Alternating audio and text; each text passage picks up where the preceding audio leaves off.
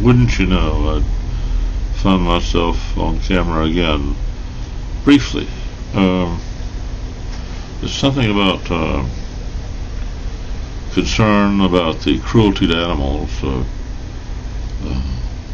underwritten by the urge for people to consume them as food, or parts of them as food, or products of them as food.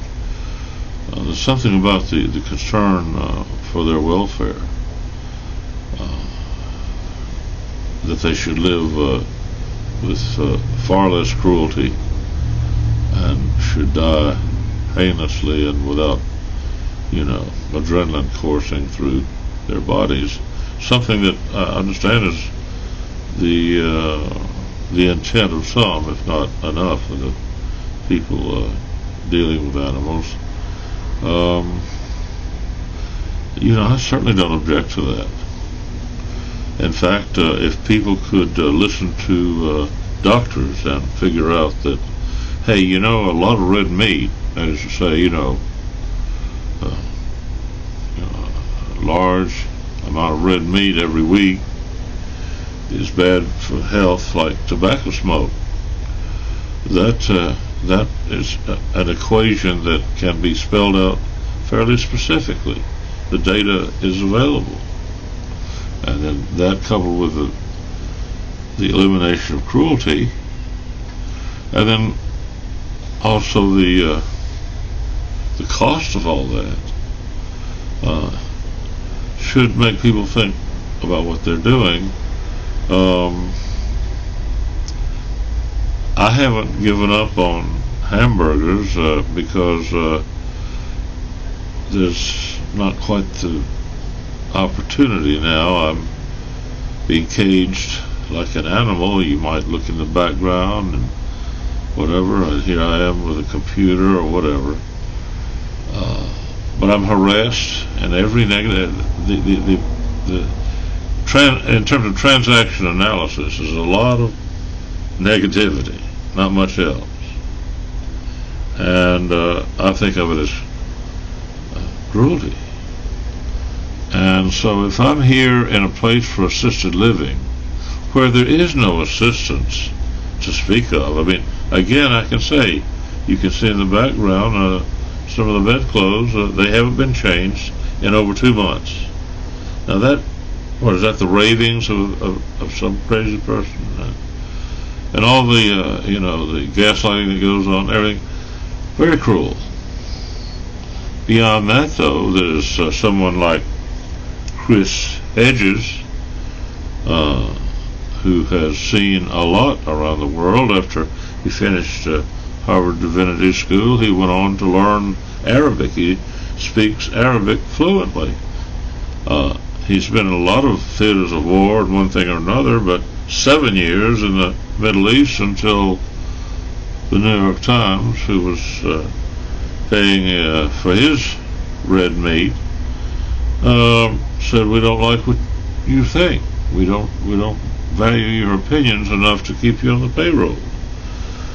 So then he, since he's relied on selling books and making book tours, and one of the things he does is he has taught in several penal institutions. Students there, he says, have taught him more than he wanted to know about cruelty. The people there, a 40-year-old who was wrongfully convicted of a crime when he was a teenager and can't even apply for parole until he turns 70. So there he is teaching, relieving some of the pain. I know something about that, having worked, ironically, in places similar to where I am now, only they were in the Army and were not as low down as this place has turned out to be. But there's a lot of cruelty to human beings, and I would put that ahead of a dairyman who does the best he can to take care of his cows and provide for milk and ice cream and butter and so on. I admire what dairymen do, but to do their work, they deal with something that's very expensive. The management of the manure that those cows produce is a tremendous part of everything they do. I mean, they have to cope with all of that every day. They have big machines to clean the floors of the stalls where the cows have been. They have to do that at least twice a day. So the cows don't suffer as much as some people think, although when you look at them and you watch them, and you think, they're not really thinking much. Granted, though, they can feel happy or sad in some bovine way, but that pales to what is not being done about cruelty to one's fellow people. And people say, yeah, well, I'm against cruelty to animals. Yeah, in fact, if you give me the option, I'll buy chickens that have an acre to run around in instead of a cage that's 8 inches square, or maybe 2 feet square, or pigs that are similarly confined in one thing or another. Yeah, sure. Not only will we outlaw that kind of treatment, but also those who advertise specifically that they provide something much better would be a better choice. And people can make that choice. As trigonometrists said, that is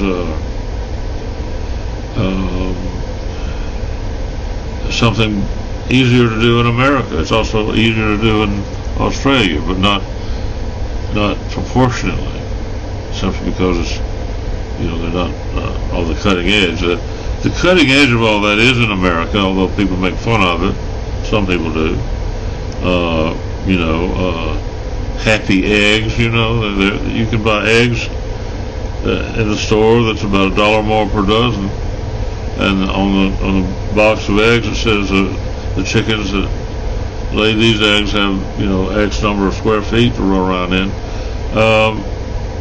People make fun of that, but hey, I don't mind. I don't get to do that. I don't have those choices as a matter of practical living now. I don't drive anymore, and I don't plan to, despite all the VW ads for people on your program or somebody else's or whatever. So,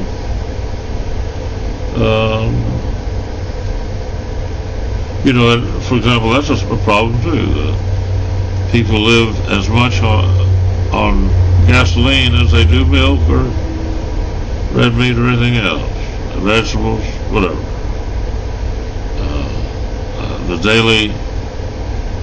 The average daily use of gasoline is horrific around the world, and people don't seem inclined to slow down on any of that, although they've talked a good game, about light rail and last mile cars. I haven't seen any progress,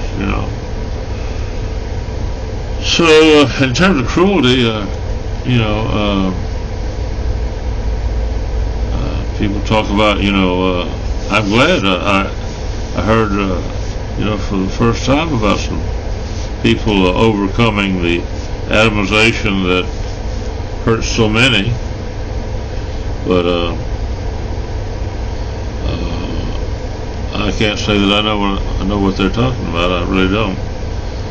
But so yeah. The lingo and stuff. Sure. I remember having sometimes picked up a dozen eggs for $1 more, and I'd do it again, but for the fact that I'm not going to buy any kind of car to drive even 5 miles to the supermarket. If I lived in New York, how far would I have to drive from a big tall skyscraper? Literally, I'd have to drive for 20 minutes, wouldn't I, to find a supermarket. I'd ride in the back seat of a limo? I don't think so. But anyway, I don't know, it's a matter of priorities. I got some good news from the internet today.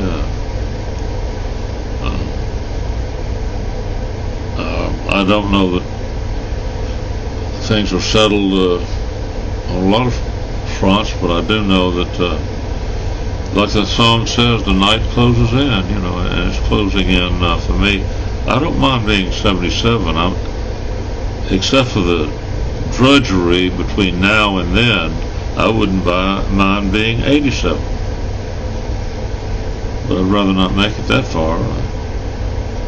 So that's just common sense, that's all. People don't even allow for that, that thought police and everything else. This stuff about the Scots are not going to go after comedians, surely that's another cosmic joke, about like what? Abbott and Costello for Cuba? And Castro? Well, anyway, I've said far too much. I managed to keep my dribble down to, less than 12 minutes. If I hasten to bid you adieu for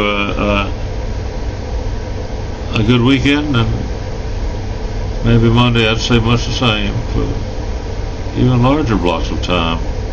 Maybe I should be able to. Wouldn't make sense though if I did.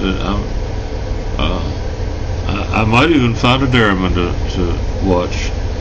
Not only do they move the manure around to keep the cows clean, but also they, grow crops of food to feed to the cows. And